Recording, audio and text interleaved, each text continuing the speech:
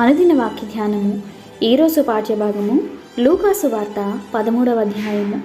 పిలాతు గలిలీయులైన కొందరి రక్తము వారి బలులతో కలిపి ఉండెను.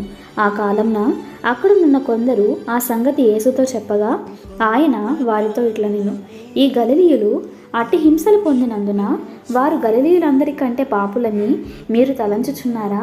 కారణం మీతో చెప్పుచున్నాను, మీరు మారు మనసు పొందని ఎడల మీరందరూ అలాగే నశింతురు. మరియు సిలోయములోని గోపురము పడి చచ్చిన ఆ 18 మంది యెరూషలేములో కాపురమున్న వారందరికంటే అపరాధులని తలంచుచున్నారా? కారణం మీతో చెప్పుచున్నాను, మీరు మారు మనసు పొందని ఎడల మీరందరూ అలాగే నశింతురు. మరియు ఆయన వారితో ఈ ఉపమానము చెప్పెను. ఒక మనుషుని ద్రాక్ష తోటలో అంజూరపు చెట్టు ఒకటి నాటబడి ఉండెను. అతడు దాని పండ్లు వెదక వచ్చినప్పుడు ఏమీ దొరకలేదు గనుక అతడు, ఇదిగో 3 ఏండ్ల నుండి నేను ఈ అంజూరపు చెట్టున పండ్లు వెదక వచ్చుచున్నాను గాని ఏమీ దొరకలేదు, దీనిని నరికివేయుము, దీని వలన ఈ భూమియు ఏల వ్యర్థమైపోవలనని ద్రాక్ష తోటమాలితో చెప్పెను. అయితే వాడు, అయ్యా, నేను దాని చుట్టూ త్రవ్వి ఎరువు వేయి మట్టుకు ఈ సంవత్సరము కూడా ఉండనిమ్ము, అది ఫలించినా సరే, లేని ఎడల నరికించి వేయమని అతనితో చెప్పెను. విశ్రాంతి దినమున ఆయన ఒక సమాజ మందిరంలో బోధించుచున్నప్పుడు 18 ఏండ్ల నుండి బలహీనపరచు దెయ్యము పట్టిన ఒక స్త్రీ అచట నుండెను. ఆమె నడుము వంగిపోయి ఎంత మాత్రమును చక్కగా నిలవబడలేక ఉండెను.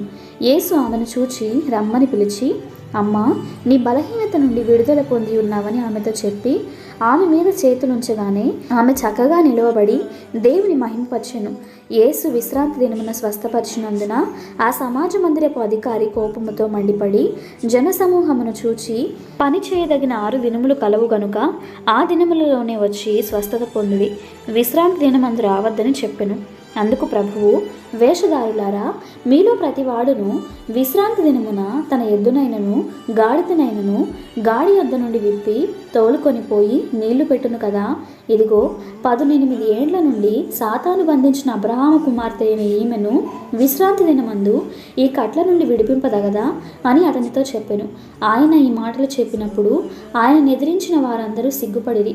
అయితే జనసమూహమంతయు ఆయన చేసిన ఘనకార్యములన్నిటిని చూచి సంతోషించెను.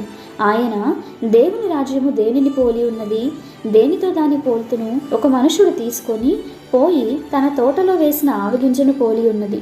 అది పెరిగి వృక్షమాయను, ఆకాశ పక్షులు దాని కొమ్మల యందు నివసించిననెను. మరలా ఆయన, దేవుని రాజ్యమును దేనితో పోల్తును?